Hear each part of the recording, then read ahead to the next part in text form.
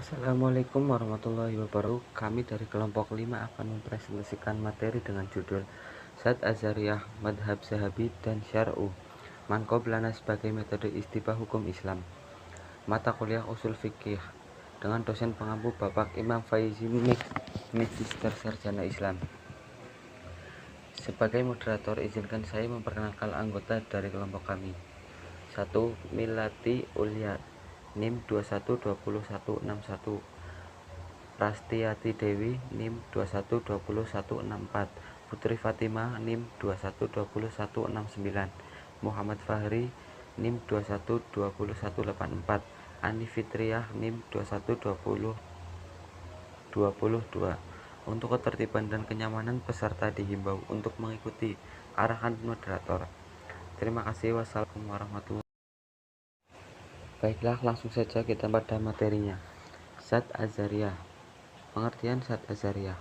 Kata zat menurut bahasa berarti menutup, dan kata azariyah berarti wasilah atau jalan ke suatu tujuan. Dengan demikian, zat azariyah secara bahasa berarti menutup jalan kepada suatu tujuan. Imam Al-Shatibi mendefinisikan zariyah dengan melakukan suatu pekerjaan yang semula mengandung sesuatu kemaslahatan untuk menuju ke suatu kemaslahatan. Maksudnya adalah seseorang melakukan suatu untuk pekerjaan yang pada dasarnya diperbolehkan karena mengandung suatu kemaslahatan, tetapi tujuan yang akan dicapai berakhir pada suatu kemafsadatan. Zat Azariyah. 2. Kehujahan zat Azariyah.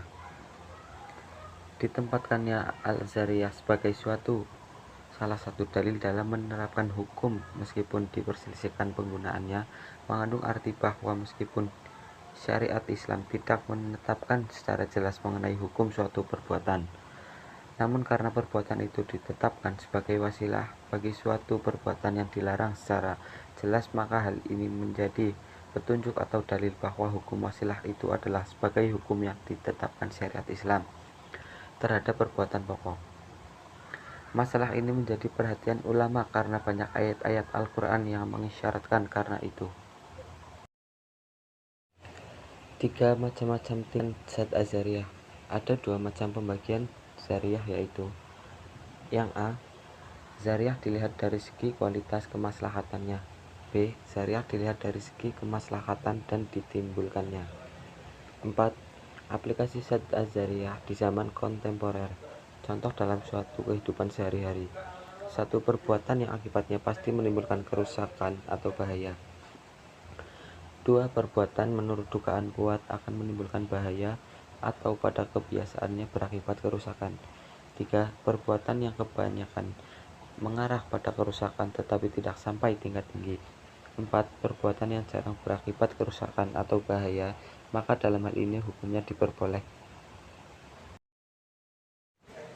Selanjutnya, mazhab Zahabi.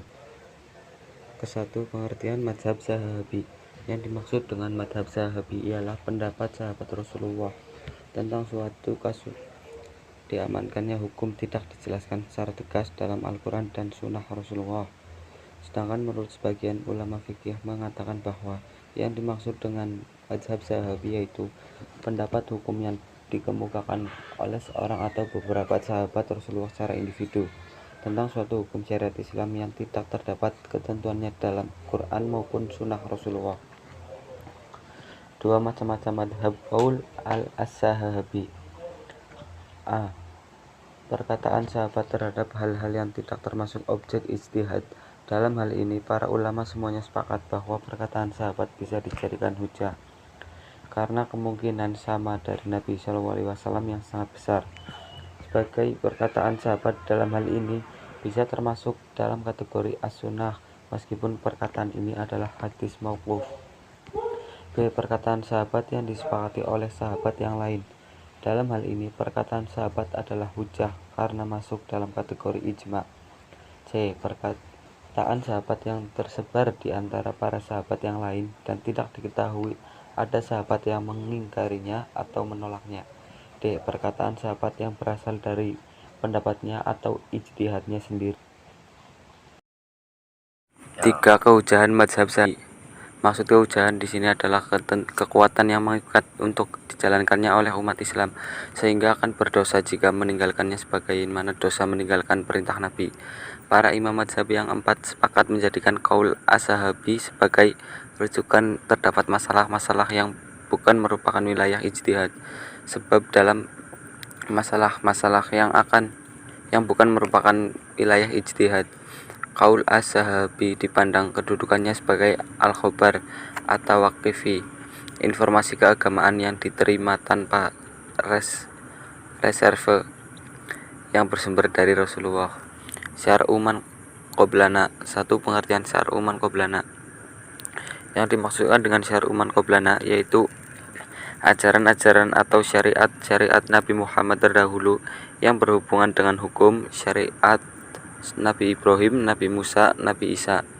Dengan kata lain, seluruh ajaran-ajaran Nabi terdahulu yang berkaitan dengan suatu kasus hukum itu terdapat dijadikan acuan dalam instibat hukum, dalam kurung panglima hukum, jika termaktub dalam Al-Quran serta mempunyai ketegasan bahwa syariat itu berlaku bagi umat Nabi SAW.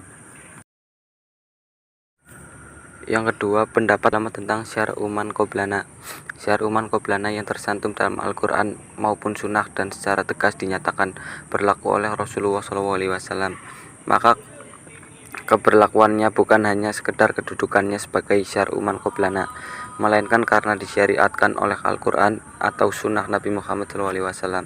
Seperti disyariatkannya puasa kepada umat-umat terdahulu juga berlaku bagi umat Nabi. 3. Kehujahan syar'u man qoblana. Para ulama berbeda pendapat mengenai apakah syariat sebelum kita itu dapat menjadi dalil dalam menetapkan hukum bagi umat Nabi Muhammad.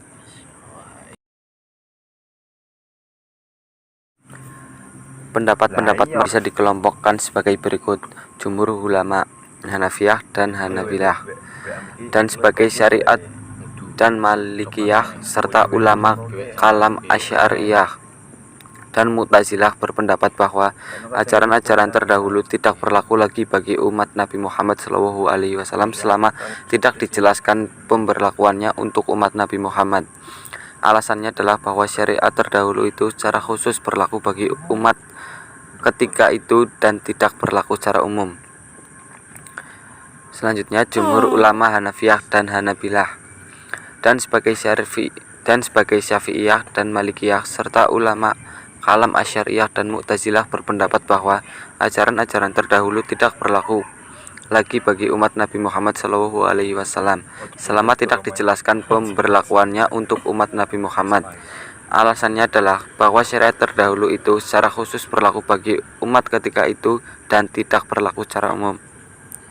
Demikianlah presentasi dari kelompok 5. Apabila ada kekurangan atau kesalahan, mohon maaf yang sebesar-besarnya. Wabillahi taufiq wal hidayah. Wassalamualaikum warahmatullahi wabarakatuh.